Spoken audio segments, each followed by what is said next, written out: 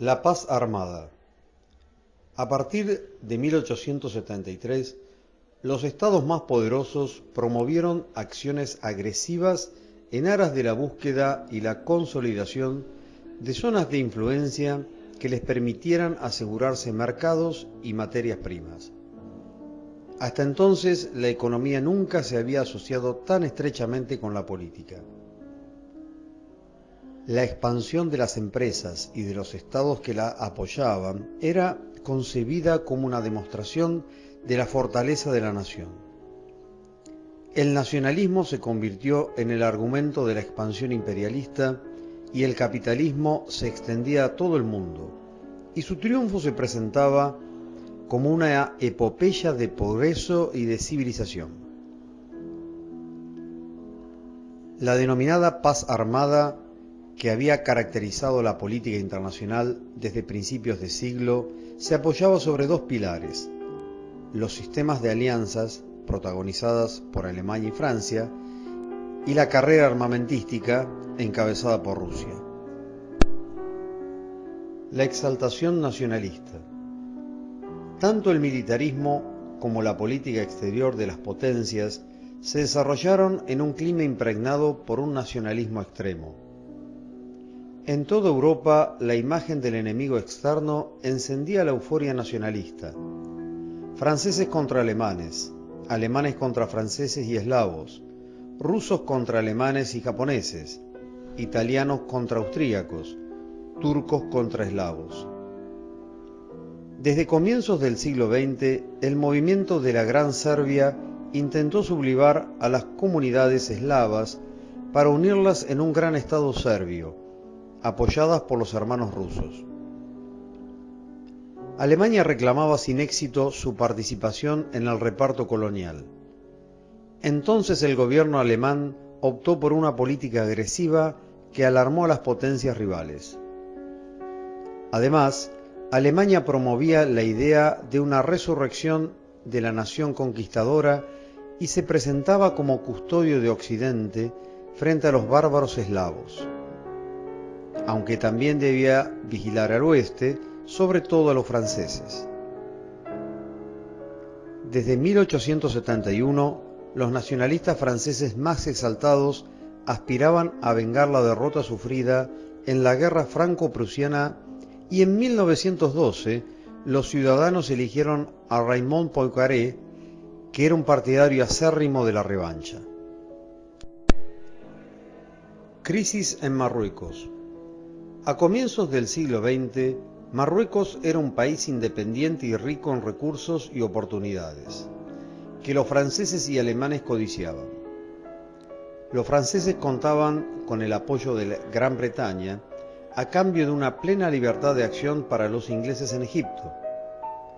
El gobierno alemán planteó con firmeza sus reivindicaciones en la región, pero chocó contra la enérgica oposición de Inglaterra. La disputa finalizó en 1912, cuando Francia cedió a Alemania una parte del Congo.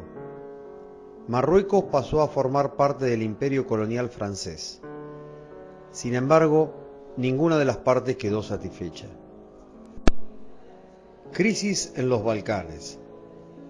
Aún así, el foco de mayor tensión estaba en los Balcanes. En el Congreso de Berlín de 1878, las provincias turcas de Bosnia y Herzegovina habían sido colocadas bajo la fiscalización administrativa de Austria, pero Serbia quería esos territorios. En 1908, Austria anexó las dos provincias y se atrajo el odio del nacionalismo serbio y el reproche de Europa Occidental por haber violado el derecho internacional y alterado el equilibrio de poder. Las guerras balcánicas intensificaron todavía más la tensión entre Austria y Serbia. La primera de esas guerras fue consecuencia de las atrocidades cometidas por el gobierno turco con los eslavos en Macedonia, y en 1912 llevó a una alianza entre Serbia, Bulgaria, Montenegro y Grecia. La guerra terminó con la resistencia de los turcos. En 1913, una segunda guerra enfrentó a Bulgaria con Serbia, y terminó con el alineamiento de Bulgaria junto a las potencias centrales. Las guerras balcánicas resquebrajaron el mapa del sudeste europeo. El principal perdedor fue el Imperio Otomano, que acentuó su proceso de disolución. Rusia aspiraba a controlar los estrechos que conectaban el Mar Negro y el Mediterráneo y la estratégica Constantinopla, empujando hacia Turquía a una alianza con las potencias centrales. Por otra parte, el apoyo de Rusia a los planes serbios de unificación de los eslavos amenazaba los propósitos hegemónicos de Austria-Hungría. Cualquier incidente llevaría a los imperios al enfrentamiento directo. El estallido y el júbilo de los primeros días. El frágil equilibrio de fuerzas que había demorado la guerra se rompió el 28 de junio de 1914, cuando el heredero al trono de Austria y Hungría, Francisco Fernando, y su esposa fueron asesinados en Sarajevo por un grupo nacionalista serbio. Entonces entró en funcionamiento el sistema de alianzas militares creado en los años precedentes, y la situación escapó de las manos de los gobernantes. Austria-Hungría declaró la guerra a Serbia el 28 de julio y Rusia se puso de su parte. Inmediatamente después, Alemania declaró la guerra a Rusia y a Francia, y Francia intervino a su favor. Turquía firmó un acuerdo con Alemania y declaró su neutralidad. El 11 y 12 de agosto, Francia e Inglaterra declararon la guerra a Austria-Hungría. El 23, Japón hizo lo propio con Alemania y entre el 2 y el 5 de noviembre, Rusia, Inglaterra y Francia declararon la guerra a Turquía. El clima de euforia patriótica que se vivía en los países involucrados en la guerra anulaba los esfuerzos pacifistas. Además, se pensaba que la guerra duraría unas pocas semanas. Las fuerzas contrarias a la guerra no fueron capaces de evitarla. Los frentes de batalla. Las potencias centrales, Alemania y Austria-Hungría, formaban un único bloque y esto facilitaba las comunicaciones y la coordinación de los movimientos de las tropas. Sin embargo, este bloque también se presentaba como una especie de fortaleza a la que era posible aislar y asediar. Por el contrario, en la Triple Entente, Inglaterra, Francia y Rusia, no presentaba un campo homogéneo. Su confianza reposaba en la fuerza del ejército francés, la potencia demográfica rusa y la riqueza del Imperio Británico. Tal como se alinearon las potencias, la guerra se libró en dos frentes, el occidental y el oriental, y en su transcurso se alternaron los combates a campo abierto con la lucha de posiciones. El plan alemán consistía en aplastar rápidamente a Francia y luego desarticular el poderío ruso en el este, mediante una campaña relámpago. El ejército alemán penetró en Francia atravesando el territorio de Bélgica y solo fue detenido cerca de París en septiembre de 1914.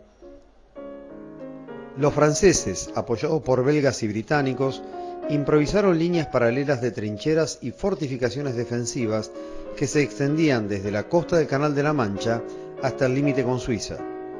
Los alemanes permanecieron en una extensa región de Francia Oriental y Bélgica. Entonces comenzó una guerra de posiciones fijas que apenas se modificó en los años siguientes. Este frente occidental fue el más espantoso de la guerra. Millones de hombres vivían atrincherados en condiciones inhumanas.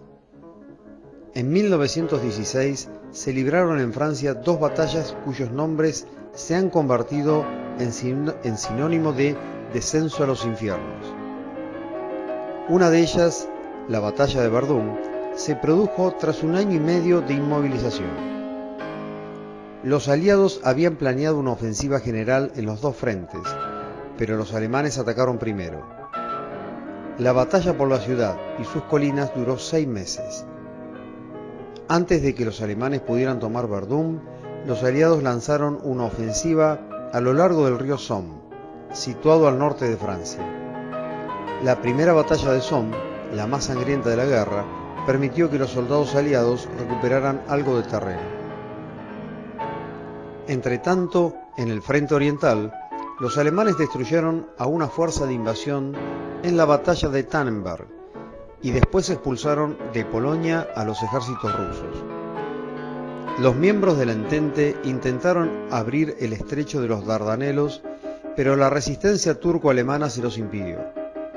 En los Balcanes, las potencias centrales que ocuparon Belgrado en 1915 también mantenían una ventaja clara. La guerra en el mar se libró entre el Reino Unido y Alemania. Luego de sufrir una derrota en las Islas Malvinas, Alemania inició un bloqueo comercial submarino que produjo una gran conmoción cuando en mayo de 1915 resultó hundido el transatlántico británico Lusitania, con 2.000 pasajeros a bordo. La guerra cambia su curso. En 1917 se produjeron dos acontecimientos que modificaron el curso de la guerra. Por un lado se produjo la caída del régimen zarista en Rusia, que resolvió firmar la paz en 1918 a cambio de grandes pérdidas territoriales. Por otro lado, la entrada de los Estados Unidos en la guerra significó el aporte de millones de soldados a la Triple Entente y todo el apoyo financiero e industrial. El presidente Thomas Wilson había intentado mantener a los Estados Unidos fuera de la guerra. Sin embargo, en Estados Unidos se vieron obligados a intervenir en el conflicto por dos razones. La primera fue la guerra contra sus barcos comerciales de Alemania. La segunda razón fue el posible apoyo de México a las potencias centrales. Las tropas norteamericanas llegaron a Francia justo a tiempo para cubrir el vacío dejado por la Revolución Rusa en el frente oriental.